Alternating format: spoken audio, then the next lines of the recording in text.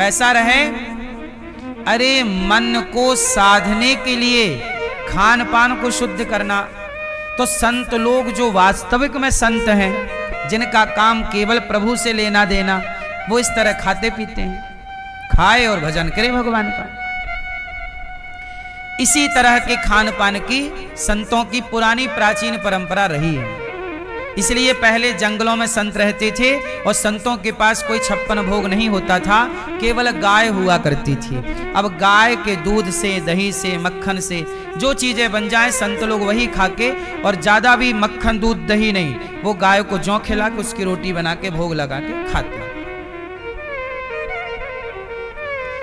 तब राजा दिलीप, इसलिए कहता हूं गाय की सेवा से रुका हुआ वंश बढ़ जाता है। इसलिए गौरी गोपाल गौशाला में जो सैकड़ों गाय और नंदी हैं, आप भी गाय को चारा का सहयोग करिएगा कि एक ट्रॉली चारा आपकी ओर से, ताकि आपको भी चारा, गाय को प्रसाद देने का, भरपेट भोजन देने का पुण्य आपको मिले।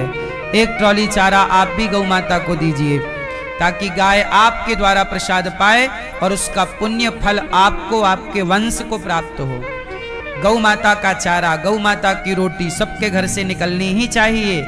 इसलिए एक रोटी आपकी रोज गौरी गोपाल गौशाला में एक रोटी का सहयोग चारा के रूप में आप भेज दिया करिए।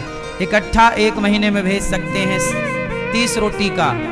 एक रोटी कितने की होती है बाजार में? 5 रुपए की। तो 5 रुपए भी ना जोड़ो, 3 रुपए जोड़ लो। 3 रुपए के हिसाब से 1 महीने की 30 रोटियों का हिसाब कितना हुआ? 90 रुपए। तो 90 रुपए का चारा गौरी गोपाल गौशाला में। अब देखो, रोटी तो आपकी आ नहीं सकती ना, रोटी आपके घर बन गई, लेकिन जो रोटी, एक रोटी का 3 रुपए निकाल के आप रख दो, तो महीने के 90 रुपए का चारा, एक गाय का एक दिन पेट तो कम से कम आप भरो पूरा। भाई एक रोटी से तो पेट पूरा नहीं भरता, लेकिन 90 रुपए की खुराक यदि गाय को आप दे दोगे तो गाय का लगभग पेट भर जाएगा। बोलो हाँ। भाई गाय एक दिन में लगभग 5 किलो खाती है, जिसमें हरा चारा और भूसा मिक्स होता है। तो 5 किलो, 5 से 7 किलो के बीच में गौ माता खा लेती है, ठीक ठीक। इसमें थोड़ा खल होता है, चुनी होती है, चोकर होता है, चने का हम लोग वो बना के देते हैं दलिया गाय को। तो आपका जरा सा 2 किलो भूसा या 3 किलो हरा चारा, 1 किलो भूसा और बाकी दलिया, ये सब मिला के 90 रुपए। आप ये समझिए कि एक गाय को इतना रोज चाहिए।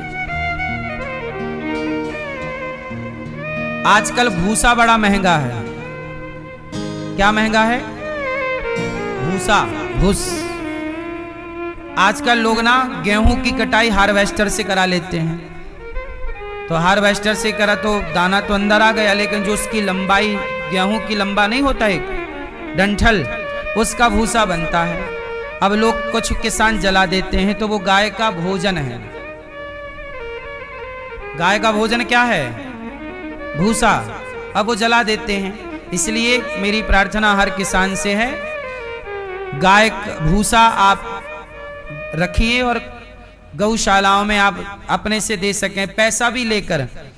अब बाजार में भूसा पता है लगभग 15-18 रुपए किलो मिलता है भूसा। सीजन में तो 10-12 रुपए किलो, ऑफ सीजन में अब जैसे सर्दी आएगी तो भूसा 20 रुपए किलो हो जाएगा। और व्यापारी लोग उसमें भी ना मिट्टी और कंकड़ पत्थर मिला देते हैं वजन बढ़ाने के लिए। हम लोग जब भूसा खरीदते हैं ट्रॉलियों में, एक ट्रॉली भूसा, उसमें बहुत सारे पत्थर मिलते हैं हम लोगों को, बड़े बड़े पत्थर, आधा किलो का, 250-250 ग्राम का, ऐसे मिल जाता है। तो वजन, आजकल हर जगह मिलावट है ना मेरी माँ। आजकल लोग गाय के भूसे में भी मिलावट करते हैं, कंकड़ पत्थर मिला देते हैं कि वजन बढ़ जाएगा। तो आजकल इंसानियत का स्तर बहुत नीचे गिर गया है। किसका स्तर नीचे गिर गया है? इंसानियत का। आप लोग अपनी इंसानियत जीवित रखते हैं, इसलिए धर्म टिका हुआ है। इसलिए ये दास अनिरुद्ध सोचिए, गौरी गोपाल गौशाला में 400 के लगभग गाय और 125 से ज्यादा हमारे पास नंदी हैं। नंदी कोई रखता नहीं है, पर हम नंदी भी रखते हैं। कहाँ जाएंगे? नंदी जैसी बाहर करेंगे, कसाई ले जाएगा, मार डालेगा।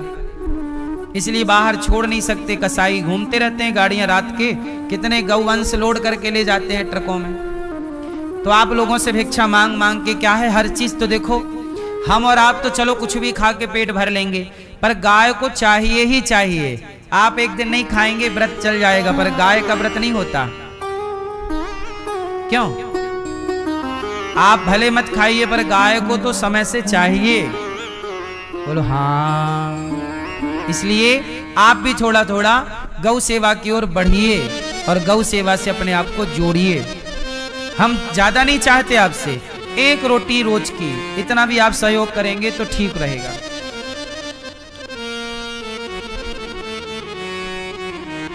अब राजा दिलीप के संतान हुई और गौ सेवा से समाज को मैसेज मिला कि गौ सेवा करते से आप जब गाय की सेवा करेंगे तो निश्चित वंश की वृद्धि होती है, पुत्र पौत्र आदि सुखी रहते हैं। एक बार क्या हुआ, 88,000 ऋषियों के बीच में सूत जी आए। शौनक आदि ऋषियों ने सूत जी से कहा कि हमें कथा सुनाइए, भक्ति ज्ञान विरागाप्तो विवेको वर्धते महान।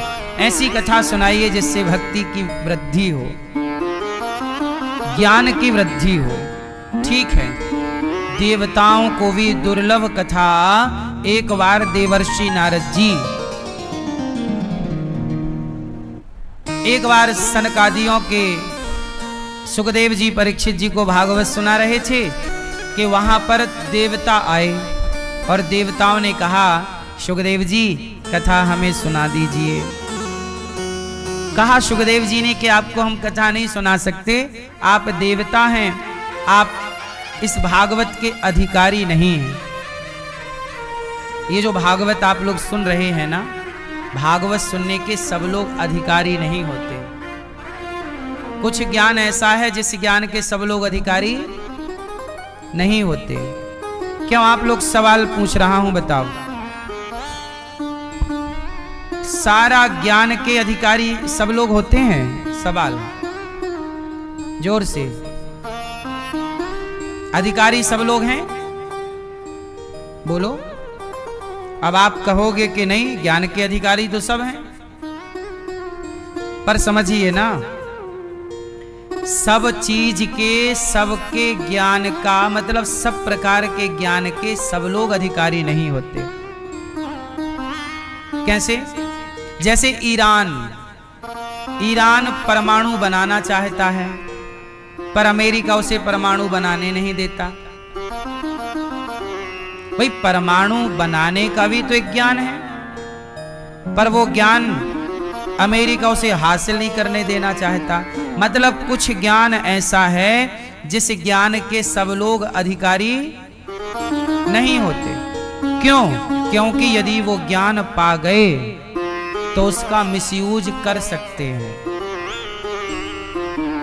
क्या कर सकते हैं? मैया क्या कर सकते हैं? मिसयूज कर सकते हैं। अब सुनो, पीछे आवाज आ रही है? मैया आवाज आ रही है? सुन लो मेरी माँ। ये सफेद वाली बहन है, ये काहे खड़ी हो बेटा? बैठ जाओ। खड़े होके कथा सुनने आई हो?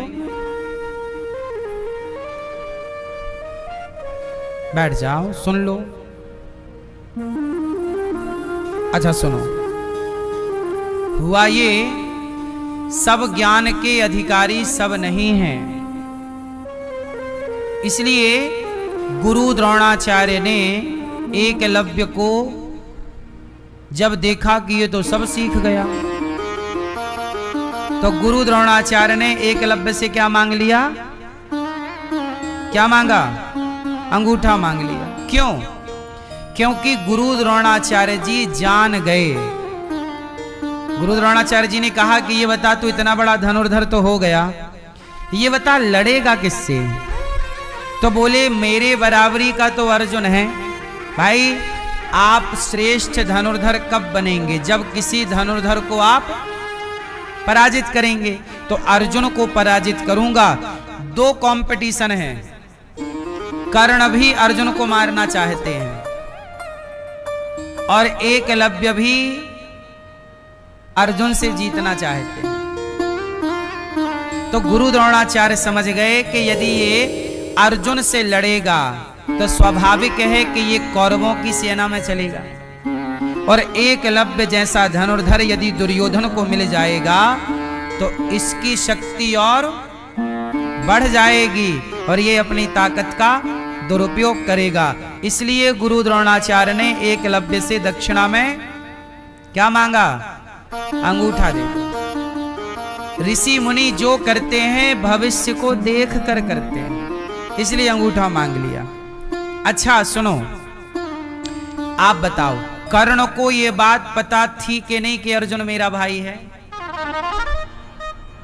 ये बात पता थी या नहीं? जोर से, जोर से हैं, जोर से हैं? पता थी। कर्ण को भगवान कृष्ण ने बता दिया था पहले कि तुम कुंती के पुत्र हो और 5 पांडव तुम्हारे। ये बात किसने बताई? कृष्ण ने। फिर कर्ण को भरोसा नहीं हुआ, तब कर्ण ने माता कुंती से पूछा। कुंती मां आई और कुंती बुआ ने झोली फैला के कहा कि कर्ण मुझे मेरे बच्चों की भीख दे दो, क्योंकि पांडवों को मारने की ताकत किसी के अंदर थी तो केवल कर्ण के अंदर।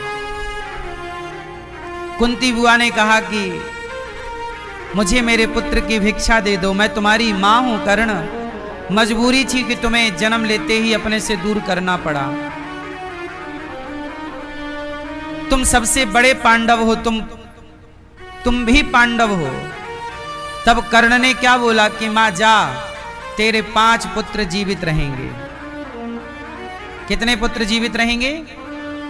मतलब यदि अर्जुन को मार भी दिया तो कर्ण सहित पांडव टोटल 6 हो गए ना कर्ण को मिला के। तो कर्ण ने क्या वचन दिया कि तेरे 5 पांडव जीवित रहेंगे। कर्ण को यह बात पता थी कि अर्जुन मेरा सगा भाई है, परंतु अर्जुन को मार करके श्रेष्ठ बनने का जुनून था। मुझे क्या बनना है? श्रेष्ठ धनुर्धर, मेरा भी यश। आजकल आदमी अपने यश के लिए सब काम करता है। भाई को मारना पड़े तो मार दो। कर्ण ने यही चुना कि यदि अर्जुन को मारना पड़े तो मार दूंगा। इसलिए अर्जुन को मारने के लिए सबके प्राणों की रक्षा की है कर्ण ने, पर अर्जुन को मारने के लिए कोई कसर नहीं छोड़ी। एक बाण चलाया था कि भगवान कृष्ण ने अपने रथ पर अपना पांव पटक के रथ को जमीन के नीचे कर दिया तो बाण ऊपर से चला गया, वरना वो अर्जुन के प्राण ले लेता। कर्ण को पता है कि ये मेरा भाई है, मारना चाहता। क्यों? कर्ण को मारेंगे श्रेष्ठ बन जाएंगे। श्रेष्ठ इसलिए तो कर्ण महान होते हुए भी महान ना हो सका। क्यों? क्योंकि महान बनने में व्यक्ति इतना अंधा हो गया कि अपने भाई का रक्त बहाने को तैयार है। क्या आप इसे महानता कहोगे? आप अपने भाई के रक्त से नहाकर क्या अपने को श्रेष्ठ बनाना चाहोगे? इसलिए कर्ण श्रेष्ठ दानवीर हैं, श्रेष्ठ हैं, पर फिर भी समाज में उतना आदर कर्ण को मिला नहीं जितने के वो अधिकारी हैं। क्यों? क्योंकि खेल विचारों का है, वो विचारों से बौने हो गए, छोटे हो गए। कहा आप लोग कहते हैं कि कर्ण ने तो पांडवों का, वो दुर्योधन की मित्रता का साथ दिया है। मित्र, अच्छा आपको पता चल जाए कि आपका मित्र गलत है गलत काम कर रहा है, तो क्या आप गलत मित्र का साथ देना धर्म समझेंगे? बोलो। तो कर्ण को पता था कि दुर्योधन गलत है, तो कर्ण ने दुर्योधन का साथ क्यों दिया? क्यों दिया? इसलिए दिया कि कर्ण के अंदर भी लालच है, श्रेष्ठ बनने का लालच। क्या बनने का लालच? इसलिए हम आपसे कहते हैं, आप भी श्रेष्ठ बनिएगा, पर किसी को मार कर नहीं। आप भी श्रेष्ठ कहलाइएगा, पर किसी का लहू बहाकर नहीं। आप भी अपनी लकीर बड़ी कीजिएगा, अपनी लकीर, अपनी रेखा बड़ी करो, दूसरे की मिठाने की जरूरत नहीं है। आप अपने को श्रेष्ठ बनाइए, बनाइए। पर अर्जुन को मारूंगा तो ही मैं श्रेष्ठ कहलाऊंगा? नहीं। उस अर्जुन को मारना चाह रहे हैं सब लोग, जिस अर्जुन के रक्षक भगवान हैं। आप मत भूलिए कि जिसके रक्षक भगवान हो से कोई मार नहीं सकता। इसलिए भगवान की शरण में जो है वो सुखी है। अब देखिए ना, देवराज इंद्र ने कहा भागवत सुनाइए। सुखदेव जी ने कहा हम भागवत आपको नहीं सुनाएंगे, आप अधिकारी नहीं हैं। तो अधिकारी, एकलव्य भी अधिकारी नहीं थे, पर ज्ञान मिला तो अंगूठा मांगना पड़ा। अच्छा एक बात बताओ, कर्ण ने भी तो छल से विद्या पाई है। कर्ण ने भी विद्या जोर से छल से पाई है, परशुराम जी से। ये भी इस विद्या के अधिकारी, क्योंकि जो व्यक्ति अधिकारी नहीं है, यदि उसे विद्या मिलेगी तो वो उसका, सच बताऊं, पूरे महाभारत से यदि आप कर्ण को हटा दीजिए, यदि आप कर्ण को हटाते हैं तो महाभारत ही नहीं होता। क्योंकि दुर्योधन जो उछल कूद कर रहा था वो कर्ण के बल पर ही कर रहा था। यदि कर्ण ना होते तो ये महाभारत, चीर हरण करने की इजाजत भी कर्ण ने दी थी। कर्ण ना होते तो द्रौपदी का चीर हरण ना होता। इसका मतलब कि कर्ण इस विद्या के अधिकारी नहीं हैं। इसलिए परशुराम जी ने सबने रोका था। जब बाद में परशुराम जी को पता चला कि तूने मेरे से छल से, तू मेरी विद्या का अधिकारी नहीं और पा गया, छल से पाया, जा मैं तुझे शाप देता हूं कि आखिरी में तेरी विद्या तेरा साथ छोड़ देगी। इसलिए आखिरी समय कर्ण जब रथ का पहिया जमीन पे धंसा तो कर्ण अपनी विद्या के सारे मंत्र भूल गए थे। परशुराम जी का क्या था? शाप था। बस वही बात है ना कि परमाणु सब नहीं बना सकते। पाकिस्तान ने बना लिया तो देखो रोज धमकी देता, पटक दूंगा। गलत व्यक्ति के हाथ विद्या लग जाए वो उसका मिसयूज करता है। अच्छा एक बात बताओ, गुरु द्रोणाचार्य के पुत्र का नाम क्या है? जोर से। अश्वत्थामा। अब ये बताओ कि एक बाप अपने बेटे को महान बनाना चाहता है कि नहीं? जोर से। एक बाप अपने पुत्र को महान बनाना चाहता है, लेकिन गुरु द्रोणाचार्य ने अपने पुत्र को महान ना बनाकर किसे महान धनुर्धर बनाया? जोर से। अब जब गुरु द्रोणाचार्य अर्जुन को महान बना सकते थे तो क्या अपने बेटे को नहीं बना सकते थे? सवाल है, उत्तर दीजिए, क्यों नहीं बनाया? हाँ, गुरु द्रोणाचार्य जी के पुत्र भी इस ज्ञान के अधिकारी, तो गुरु द्रोणाचार्य ने अपने पुत्र को वह विद्या नहीं दी जो विद्या अर्जुन को दी, जो विद्या अर्जुन को दी। तो पहले के युग में ये था कि जो अधिकारी है उसे ही समझाया जाएगा, जो अधिकारी होगा उसे ही ज्ञान दिया जाएगा। आजकल तो हमारे यहाँ चोरों को भी ज्ञान हो गया है, जो नहीं होना चाहिए वो ज्ञान चोरों को हो गया। अब जैसे चोरों को कौन सा ज्ञान नहीं होना चाहिए और हो गया। अब चोर लोग चोरी करते हैं, चोर लोग चोरी करते हैं और कहो कि तुमने चोरी की तो चोर ज्ञान दे देता है, नहीं जी भगवान की मर्जी के बिना तो पत्ता नहीं हिलता। तो चोरी खुद कर रहा है और आरोपी किसे बना देता है? भगवान है, उनकी इच्छा है, हम चोरी थोड़ी कर रहे हैं, भगवान की मर्जी। मतलब देखो ये ज्ञान चोर के लिए नहीं था, अनाधिकारी को ज्ञान मिल गया। किसको ज्ञान मिला? अनाधिकारी, जो उस ज्ञान का अधिकारी नहीं था। अब चोर चोरी करता है, बोल देता प्रभु आपकी इच्छा से हो रहा है, आपकी मर्जी के बिना तो पत्ता भी नहीं हिलता। एक दिन पुलिस पकड़ के ले गई चोर को। पुलिस बोली चोर क्यों चोरी करता है? चोर बोला कि भगवान की मर्जी के बिना तो पत्ता नहीं हिलता, तो मैंने चोरी भी तो उसी की मर्जी से की।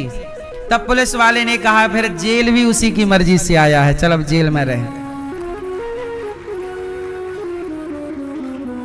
यदि चोरी तूने उसकी मर्जी से किया तो जो चोरी करने का जो दंड मिला वो भी किसकी मर्जी है? हाँ, तो सब फिर ईश्वर की मर्जी मान। दंड मिला तो भगवान की। अच्छा आप लोग बताइए, ईश्वर की मर्जी के बिना पत्ता नहीं हिलता, ये बात सही है कि गलत है? कितने लोग इसे सत्य मानते हैं? आप नहीं उठा रहे हो हाथ? नहीं? किसकी मर्जी के बिना पत्ता नहीं हिलता? भगवान की मर्जी के बिना पत्ता।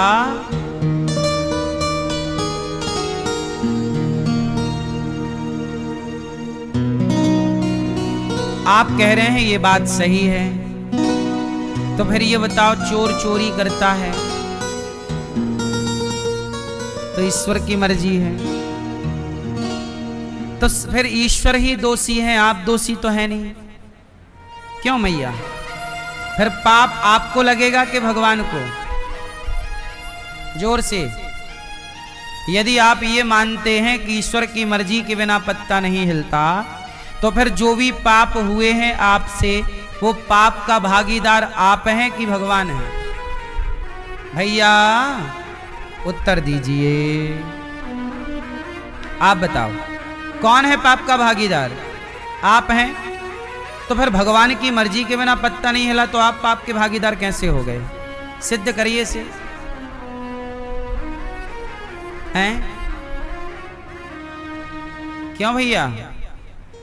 भगवान की इच्छा के बिना पत्ता नहीं हिलता, तो जब आप पाप किए तो वो पाप किसे लगेगा, आपको कि भगवान को?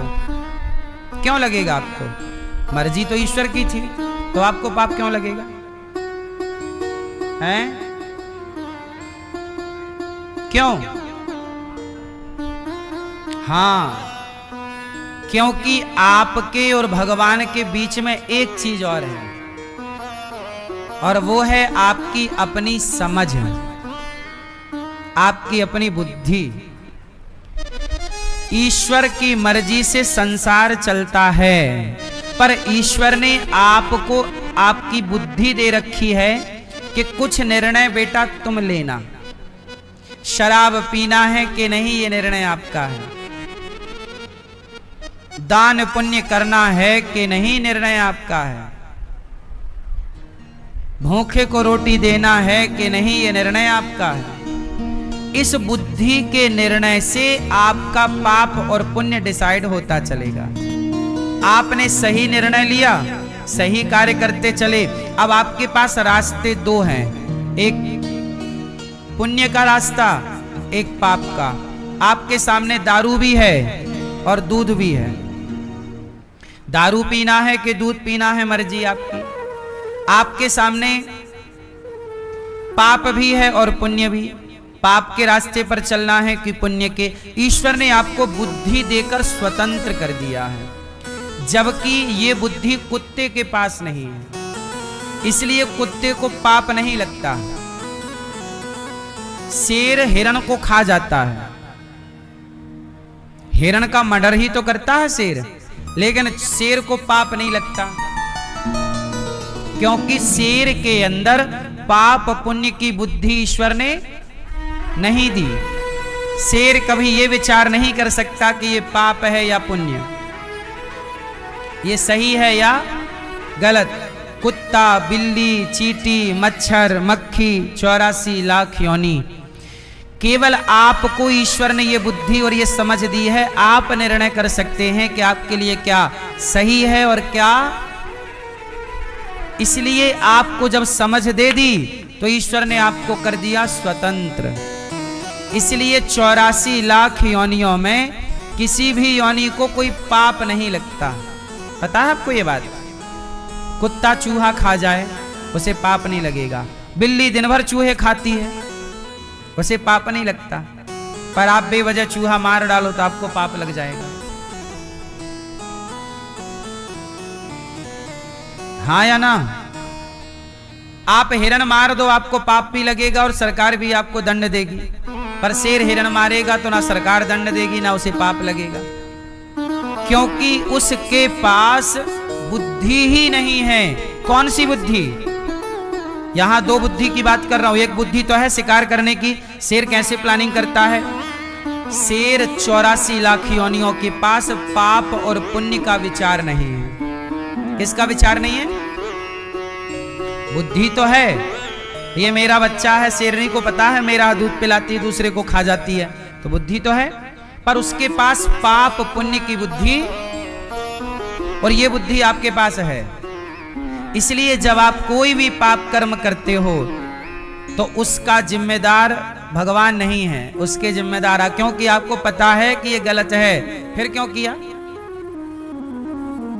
इसलिए कहता हूं कि आप इंसान हैं, मनुष्य हैं, आपकी जिम्मेदारी ज्यादा है, आपकी जिम्मेदारी ज्यादा है। इसलिए आपको जिम्मेदार बनना होगा। जिम्मेदारी से चलो।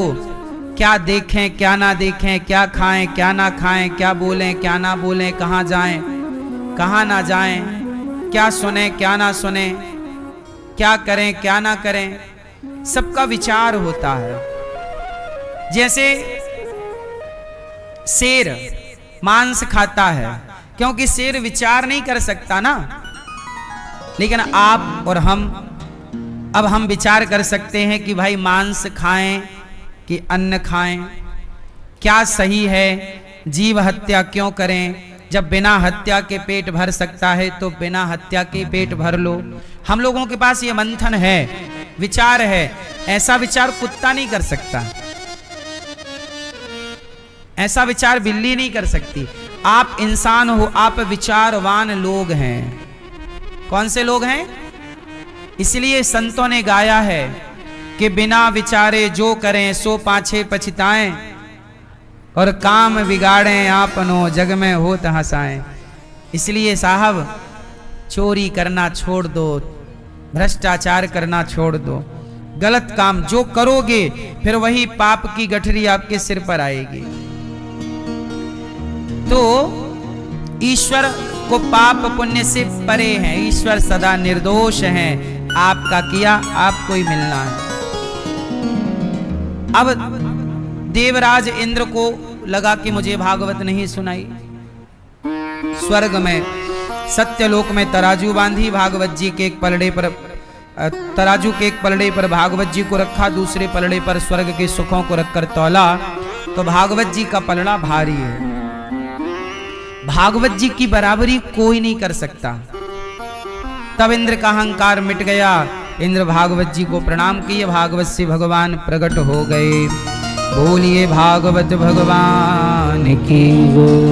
एक बार नारद जी ने भागवत सुनी और भक्ति ज्ञान वैराग्य को भागवत सुनाई और सारा दुख दूर हुआ भक्ति ज्ञान वैराग्य का।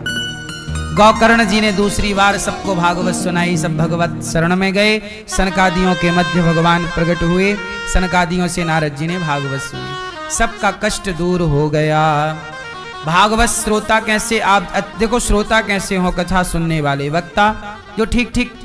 देखो ये दास अनिरुद्ध आपको कथा सुना रहा है, कैसी मैं आपको जिम्मेदारी से कथा सुनाता हूँ, हर बात आपको समझ में आनी चाहिए, ये जिम्मेदारी मेरी है। अब मैं सुना दूं इतना सारा पर आपको समझ में कुछ ना आए, इसलिए मैं धीरे धीरे आपको सुनाता हूं, ताकि आपको हर बात, एक सवाल उठाता हूं फिर उसको मैं विश्लेषण करके उसका उत्तर समझाता हूं, ताकि हर बात आपको समझ में आए। यही एक वक्ता का लक्षण होता है। दृष्टांत कुशलो धीरो, जो समझा समझा करके आपके भीतर भक्ति भर दे वही वक्ता है। तो श्रोता कैसे होने चाहिए? कथा के बीच में खड़े होकर सेल्फी लेने वाले नहीं होने चाहिए, मोबाइल ही चलाते रहें ऐसे श्रोता नहीं होने चाहिए। जो श्रद्धा से कथा सुने, पिबत भागवतम रसमालयम मुहुरहो रसिका भुवि भावुकाहा। श्रद्धा से, देखो आपके अंदर यदि श्रद्धा है तो कथा सुनने में आपको सुख मिलेगा, श्रद्धा नहीं है तो आपको अच्छा नहीं लगेगा। श्रद्धावान लभते ज्ञानम, तो अच्छे श्रोता आप जैसे और कथा सुनाने वाला वक्ता भी श्रेष्ठ, जो आपको 3 घंटे में अच्छी से अच्छी हर बात समझा सके। इसलिए 7 दिन की कथा सुनोगे तो सब कुछ समझ पाओगे। इसलिए एक पूरा कोर्स करना चाहिए 7 दिन का, हो सके तो पूरी कथा सुनो। नहीं है कोई बात नहीं, टाइम नहीं है तो 1 दिन की भी सुन लिया। सत्संग तो फिर 1 घड़ी आधे घड़ी आधे की पुनियाद, तुलसी चर्चा राम की हरहि कोटि अपराध। फिर तो जरा सा भी नाम भगवान का निकल जाए तो कल्याणकारी है। हाँ, जन्माद्यस्य यतोऽन्वयादितरतस् चार्थे स्वभिज्ञः स्वराट् तेने ब्रह्म हृदय आदि कवये मुह्यन्ति यत्सूरयः।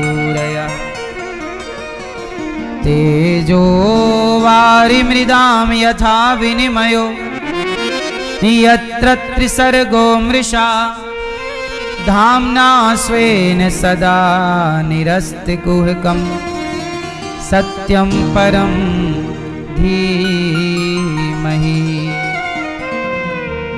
सत्यम परम धीमहि। भागवत जी में प्रणाम किसको है? जन्म आदि यस्य जन्माद्यस्य, भगवान सृष्टि को उत्पन्न करने वाले, पालन और संहार। भगवान 3 काम करते हैं, उत्पत्ति, पालन, संहार। क्या करते हैं भगवान? आपकी उत्पत्ति किसने की? कौन भैया बताएंगे? आपकी उत्पत्ति किसने की? टोपी वाले भैया बताएंगे, सब चुप रहो हैं। और पालन, आपका पालन कौन करता है? पिता। पिताजी हैं आपके? नहीं तो अब तो नहीं है, फिर आपका पालन अब कौन कर रहा है? आप खुद कर रहे हैं। जब तक इनके पिता थे तब तक इनके पिता ने इनका पालन किया, और अब ये बड़े हो गए हैं तो ये अपना पालन खुद कर रहे हैं। तो आप जो ऑक्सीजन ले रहे हैं ये आपके घर पे बनती होगी, फैक्ट्री होगी ऑक्सीजन वगैरह। ऑक्सीजन आपके पिताजी आपको भेज रहे होंगे ऊपर से, ले बेटा ऑक्सीजन। आप खुद तो बना लेते हो, आप कह रहे हैं हम खुद अपना पालन कर लेते हैं। ऑक्सीजन वगैरह आप लोग बनाने की फैक्ट्री है आपकी?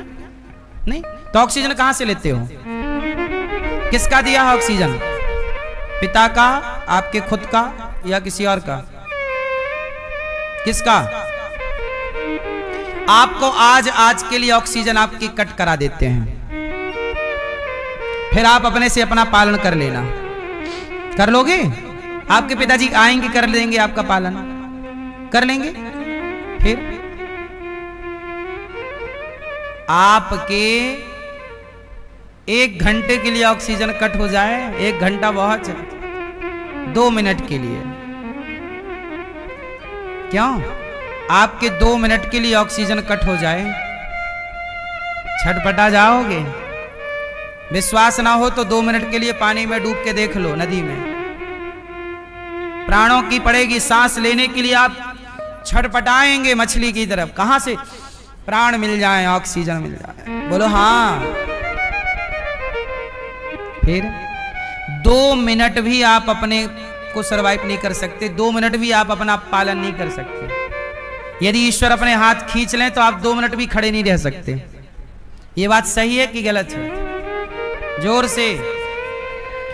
ईश्वर ही हमें उत्पन्न करने वाले हैं और भगवान ही हमारे पालनहार हैं। ऑक्सीजन वही दे रहे हैं। हम जो खा रहे हैं वो पचा कौन रहा है?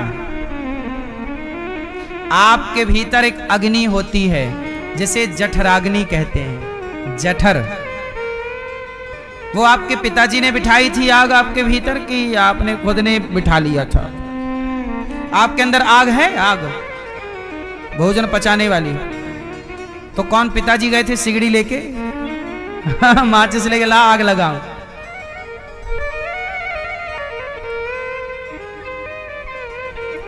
आपके भीतर एक अग्नि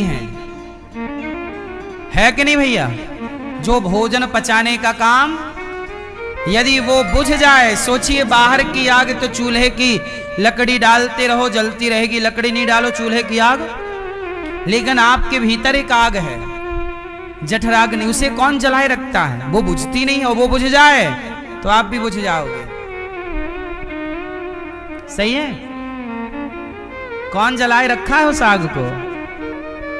हाँ, इसलिए आपके पालनहार हर समय जठराग्नि के द्वारा, ऑक्सीजन प्राणों के द्वारा, आपके भीतर एक आत्मा है। वो निकल जाए फिर कर लो अपना पालन। आदमी अपना पालन खुद करता तो आत्मा के बिना सब लोग अपना पालन क्यों नहीं कर लेते? फिर काहे शमशान की ओर चले जाते हैं? इसका मतलब है आप और हम अपना पालन 1 सेकंड भी अपना पालन नहीं कर सकते। हम आत्मा के द्वारा, जठराग्नि के द्वारा, प्राणवायु के द्वारा ईश्वर ही हमारा, और हम उस पालनहार को भूल जाते हैं और कहते हैं हमने भी तो मेहनत की है। आत्मा ना होती तो आप मेहनत क्या कर लेते?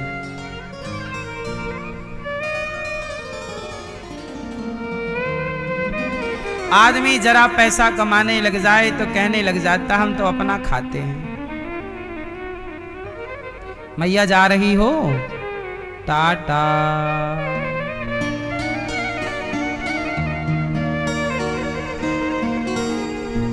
गुस्सा हो गई क्या मेरी माँ? जल्दी आना कथा में। सुनो, तो भगवान हम सबके कौन हैं? हाँ, तुम ही हो माता पिता, तुम ही हो बंधु सखा,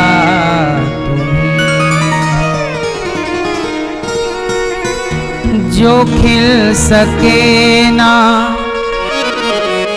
वो फूल हम हैं, तुम्हारे चरणों की धूल हम हैं। तुम ही हो माता पिता, तुम ही हो बंधु सखा, तुम्ही। कितना भी पैसा धन धान्य कमा लो भाई, भुलाया ना करो, भगवान ही हमारे सब कुछ हैं।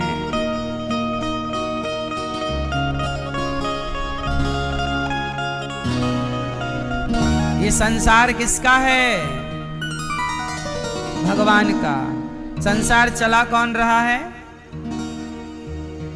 रचा है सृष्टि को जिस प्रभु ने, वही ये सृष्टि चला रहे हैं। रचा है सृष्टि को जिस प्रभु ने, वही ये सृष्टि चला रहे हैं। जो पेड़ हमने लगाया पहले, जो पेड़ हमने लगाया पहले, उसी का फल हम अब पा रहे हैं। रचा है सृष्टि को जिस प्रभु ने, वही ये सृष्टि चला रहे हैं। इसी धरा से शरीर पाए, इसी धरा से शरीर पाए, इसी धरा में फिर ये समाए, इसी धरा में फिर ये समाए। है सत्य नियम यही धरा का, है सत्य नियम यही धरा का। एक आ रहे हैं, एक जा रहे हैं। इस संसार में एक आ रहा है और एक बहू के पोता हो गया, और तभी दादाजी सिमट गए। दादाजी जा रहे हैं और उसी घर में बहू के पोता एक आ रहा है, और एक ऐसी ईश्वर की लीला है। जिन्होंने भेजा जगत में जाना, आपको किसने भेजा है संसार में? भाई आपको किसने भेजा है? जिन्होंने भेजा जगत में जाना, तय कर दिया लौट के फिर से आना, तय कर दिया लौट के फिर से आना। जो भेजने वाले हैं यहाँ पर, जो भेजने वाले हैं यहाँ पर, वही फिर वापस बुला रहे हैं। आप लोगों को भेजा जिन्होंने है, बुला भी वही रहे हैं। इसलिए जब कोई मरता है तो मर के कहाँ जाता है? वहीं जहां से आया है। हम लोगों की जाने की भी टिकट कट चुकी है, बस टिकट हाथ में नहीं आई है। जिस दिन आए हो उसी दिन आपके जाने का भी रिजर्वेशन हो गया कि नहीं? एक तारीख में आए और दूसरी तारीख में,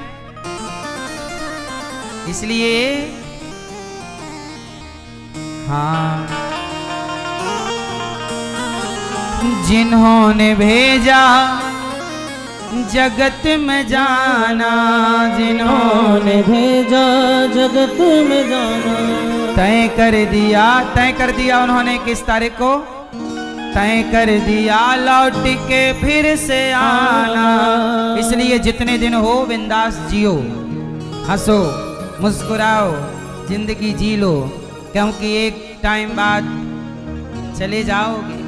जो बीत गया बीत जाने दो, जो आएगा उसकी चिंता ना करो। जो वर्तमान में है उस समय का सदुपयोग कीजिए। अभी आप लोग यहाँ बैठे हैं, खुश रह के कथा सुनिए। कल क्या होगा? जो होगा होगा। क्यों मैया?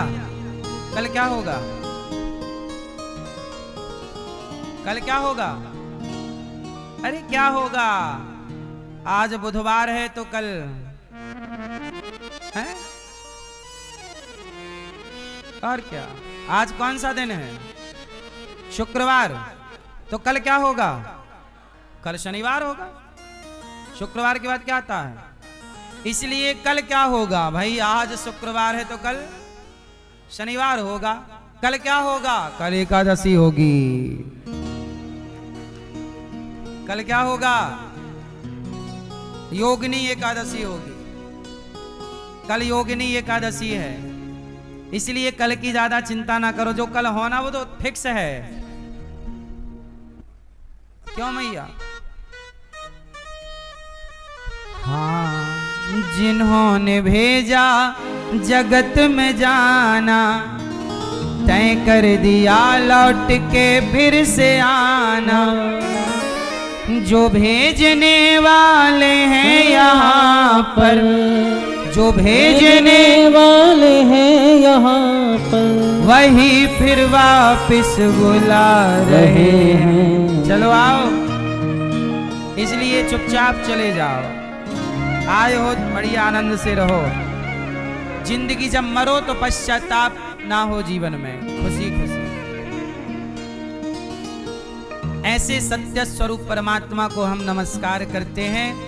मनुष्य का धर्म क्या है? सेवा करना। भगवान के अवतार कितने हैं? 24। कितने अवतार हैं भगवान के? इसलिए जिंदगी जियो, पर जिंदगी से ना, जिंदगी से भी मोहब्बत ना करना। ये जिंदगी भी धोखेबाज है। क्यों? सही है।